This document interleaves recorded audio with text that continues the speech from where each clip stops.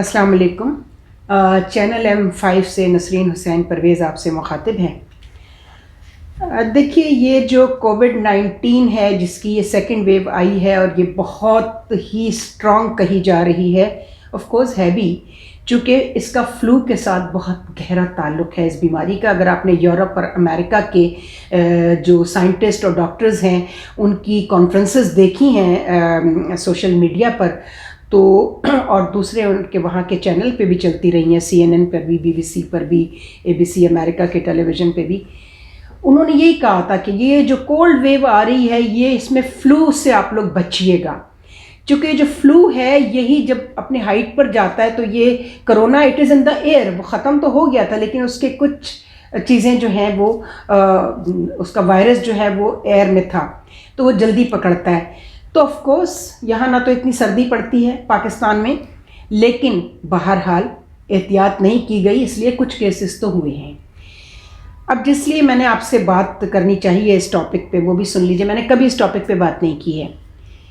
पहले दिन से जब पहली वेव आई थी और शुरू हुआ था ये किस्सा, यानी मार्च से और अगस्त तक,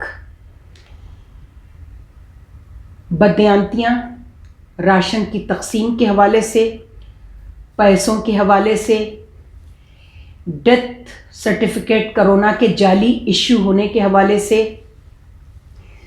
जो लोग 60 प्लस हैं या 70-80 के एज ब्रैकेट में हैं और उनको कोई भी डिज़ीज़ है, हार्ट पेशेंट है, BP है, शुगर है, उनका वो डायलिसिस पर है, हार्ट अटैक है, उन सबको डेथ सर्टिफिकेट कोरोना के इशू किए गए।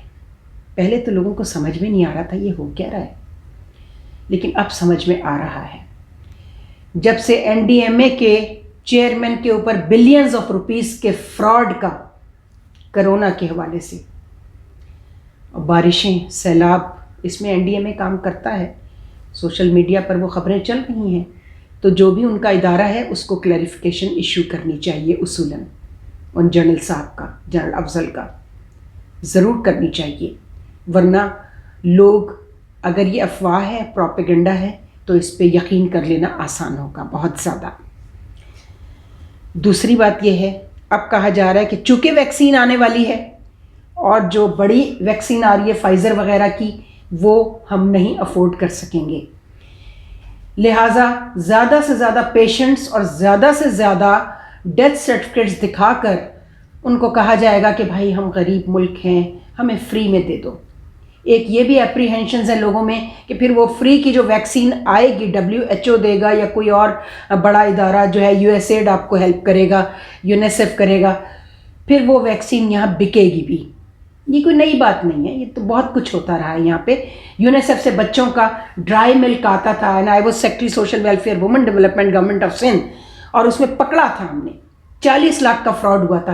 बच्चों का दूध जो लोग गरीब बच्चों के लिए आता है, जब आप उसको माफ़ी नहीं देते आपके सरकारी अफसरान, और जब वो सस्पेंड किया उन खातून को जो डायरेक्टर वुमेन डेवलपमेंट थी, उनके साथ सेक्रेटरी फाइनेंस साहिबा भी ने भी हाथ मिलाए हुए थे उस वक्त की, ये मैं 99 की बात कर रही हूँ आपसे। और पता नहीं ऐसा कितना कुछ होता रहा है। वो डोनेशन देते हैं तो वो इसलिए नहीं देते कि आप अपनी जेबों में डालें और खा जाएं।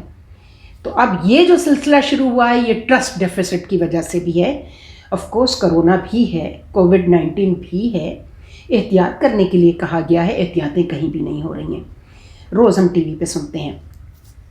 लेकिन ये जो खाने पीने के हवाले से चीज़ चल रही है, और आने वाले दिनों के लिए वैक्सीन आने के बाद जो एप्रीहेंशंस लोग दे रहे हैं, इसकी क्लैरिफिकेशन भी बहुत ज़रूरी है। सियासी टॉक शोज़ बहुत हो चुके, सुन सुन के कान पक गए, लहू बहने लगा है कानों से लोगों के। सोशल मीडिया खोलो तो सियासत हो रही है, आपका दूसरा टेलीविज़न खोलो उस पर सियासत हो रही है। ये कब तक चलेगा? हम बर्बाद हो जाएंगे। ये भी याद रखिएगा, ये अल्लाह की तरफ से अज़ाब है, ये अज़ाब है अल्लाह का, इसको समझें, वार्निंग है ये। हम तो ऐसे नबी की उम्मत हैं, मोहम्मद सल्लल्लाहु अलैहि वसल्लम, कि वो रहमतुल लिल आलमीन हैं, उनके सदक़े में शायद इज्तमाई अज़ाब नहीं आ रहा है, लेकिन मेरी दुआ है कि परवरदिगार इनफरादी अज़ाब अब ज़रूर आ जाए, हाकिमों पर आए। یہ کھا جانے والے پیسہ پورے ملک کا ان پر آئے، اللہ کرے عذاب، اور اس طرح کا آئے کہ پھر وہ عبرت کے لیے ہو، اور اس سے ایسی عبرت ملے کہ آئندہ آنے والے حاکم یہ سوچ کر پیسہ کھائیں جن کے ہاتھ میں پیسہ ہے کہ ہم نے اگر یہ کیا تو ہم پر بھی ویسا ہی عذاب نازل ہوگا۔ بس یہی کہنا تھا آپ سے۔ خدا حافظ۔